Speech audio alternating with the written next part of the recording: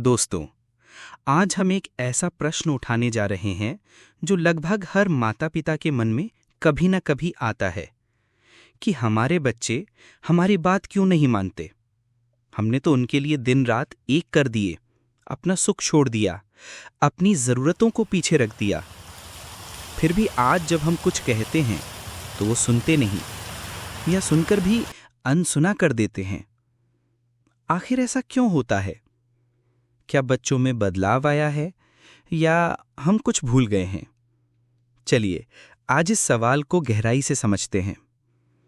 भाग 1, बच्चे सुनते क्यों नहीं। शुरुआत करते हैं एक सरल लेकिन सच्चे तथ्य से। बच्चे वो नहीं सुनते जो आप कहते हैं, बच्चे वो सीखते हैं जो आप करते हैं।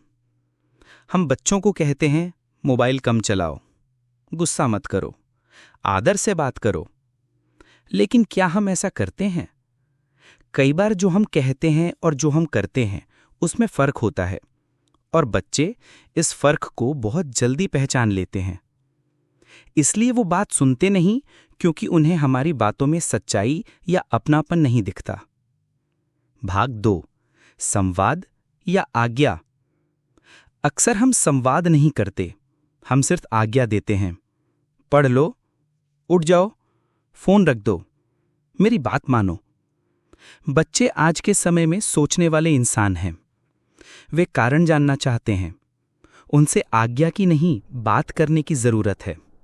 जब हम उनका मन समझकर प्रेम से बात करते हैं तब वे सुनते भी हैं और समझते भी। भाग 3, समय की कमी, रिश्ते की दूरी। आज की दुनिया में माता-पिता अपने बच्चों को सारे संसाधन दे रहे हैं, लेकिन एक चीज जो धीरे धीरे गायब हो रही है वो है समय। काम का तनाव, घरेलू जिम्मेदारियां, सोशल मीडिया, सब कुछ इतना हावी हो गया है कि बच्चे भावनात्मक रूप से अकेले हो जाते हैं।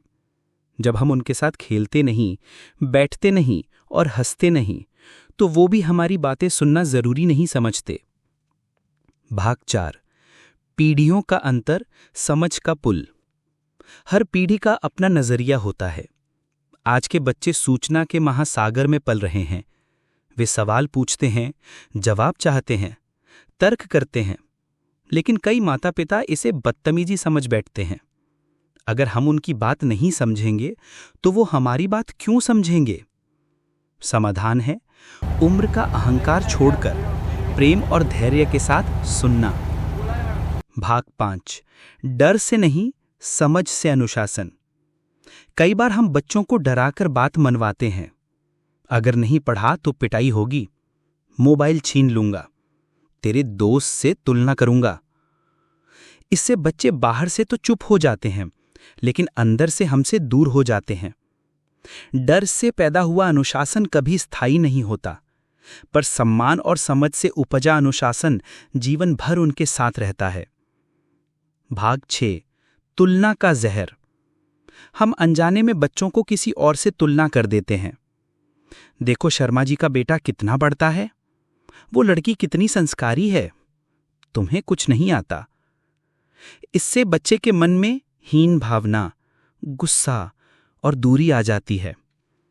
वे सोचते हैं कि माँ बाप मुझे समझते ही नहीं, और फिर धीरे धीरे आपकी बातों का असर खत्म होने लगता है। क्या हम बच्चों की बातें सुनते हैं?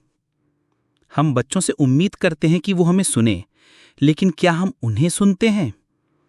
जब वो अपने दोस्तों की बात करें, अपने डर साझा करें, अपने सपनों की बात करें, तो क्या हम उन्हें जज किए बिना सुनते हैं?